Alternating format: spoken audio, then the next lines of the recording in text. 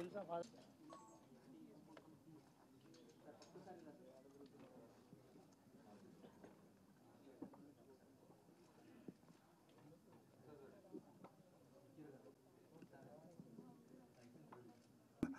this great opportunity to come in front of you all. So the day I heard about a role in Odela 2, I was very happy because my friend, dear friend, Mr. Vasishta Simha, was the part of it, and I also heard that he had done a great job, and I was very happy. Though I could not get any scenes, to do with him, I had most of it, most of the scenes with Murali Sharma Garu. So I was very happy with the role, and though it was a very 3-4 days, I could be there on the sets. I enjoyed playing the role, and it was great working with under the direction of Ashok Teja sir. సేఫ్గా చేయగలుగుతాము అంత సేఫ్గా అన్ని protocols follow చేస్తూ చాలా సేఫ్గా మనం ఒక మంచి అట్మాస్ఫియర్తో షూట్ చేద్దాం. ఫస్ట్ జనాలు సెట్లోకి రావాలి, వాళ్ళు వస్తేనే వాళ్ళ ఫ్యామిలీస్ రన్ అవుతాయి. Otherwise it's difficult situation for everybody అని ఫస్ట్ ఇలాంటి ఒక థాట్తో స్టార్ట్ చేసిన సినిమా వదిలా రైల్వే స్టేషన్. ఒక చిన్న అటెంప్ట్గా ఒక మంచి ఇంటెన్షన్తో స్టార్ట్ అయిన సినిమా.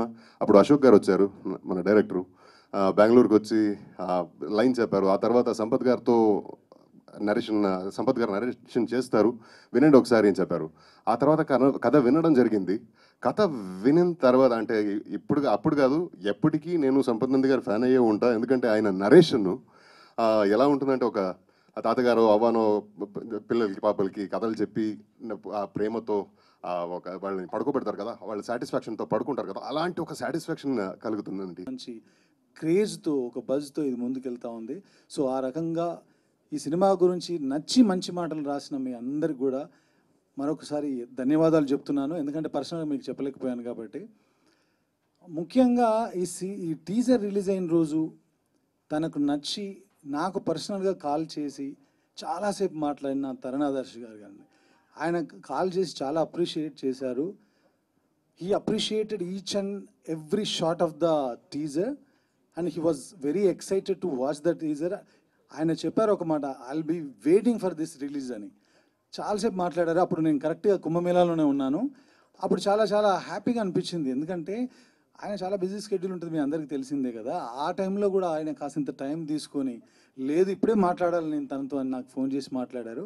అదొక మెమరబుల్ మూమెంట్ అనిపించింది. అంటే టీజర్ జనాల్లోకి వెళ్ళింది, నిజంగా వెళ్ళింది. మనం చాలా సినిమాలు చేసాం, అన్నీ వెళ్తూనే ఉంటాయి, కానీ అది వెళ్ళే విధానం కూడా ఒకటి ఉంటుంది కదా. సో ఆ రకంగా నాకు చాలా పాజిటివ్గా అనిపించింది. నన్ను ఎక్కడ ఎవరు చూసినా ఎప్పుడు తెలుగు అమ్మాయిలా అనుకుంటారు.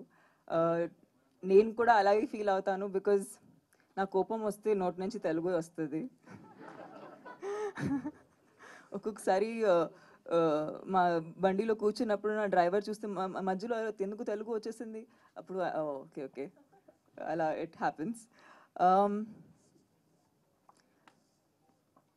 సంపత్ గారు నేను చేసిన, I think this is our 4th film together. 3 films, it's literally like growing up together. Like I remember meeting Sampath Garu for Racha narration, and appudu ayan cheppina story inta naku gripping ga anpinchindi. Oka సినిమాలో screen place ఎలా ఉంటాయి, ఎందుకు అలా ఉంటాయి అనేది నేను సంపత్ గారి దగ్గర పని చేసుకుని నేర్చుకున్నాను.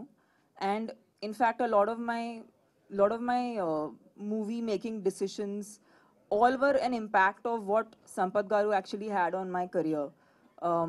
Whenever I would work with him or whenever I would talk to him, it would be very very educative for me, because I know commercial సినిమాల్ని ఎప్పుడు కొంచెం అరే కమర్షియల్ సినిమాయే కదా అలా ఆలోచిస్తారు, అంటే దీంట్లో ఏంటి అంత థాటు, ఏంటి అంత ఎఫర్టు అని అనుకుంటారు. But actually commercial cinema is something that everybody can watch. And I remember నేను రచ్చా నేను ముంబైలో చూపించాను అప్పుడు, అండ్ ఎవరికి భాష తెలియదు కానీ అందరికీ సినిమా అర్థమైంది. And I think that is been the biggest strength of Telugu cinema, that భాష అర్థమైనా అర్థం కాకపోయినా వాళ్ళకి సినిమా ఏం చెప్తుందో అర్థమవుతుంది. అండ్ ఫర్ మీ నా డెడికేషన్ గురించి లేదంటే నా వర్క్ ఎథిక్ గురించి అందరూ మాట్లాడారు. చాలా చాలా thank you for mentioning that. But యాక్చువల్గా నేను అది నేర్చుకుందే సంపత్ గారి దగ్గర నుంచి అండ్ సౌందర్ గారి దగ్గర నుంచి. This is one set. Thank you Sampath గారు, thank you so much. And